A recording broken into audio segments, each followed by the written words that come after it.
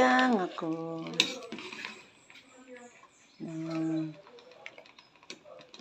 gulay.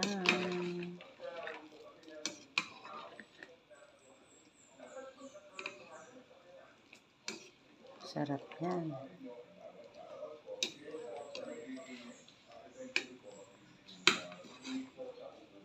Saka may kangkong. Wow. Sarap niyan. Tapos lagyan ko siya ng kangkong.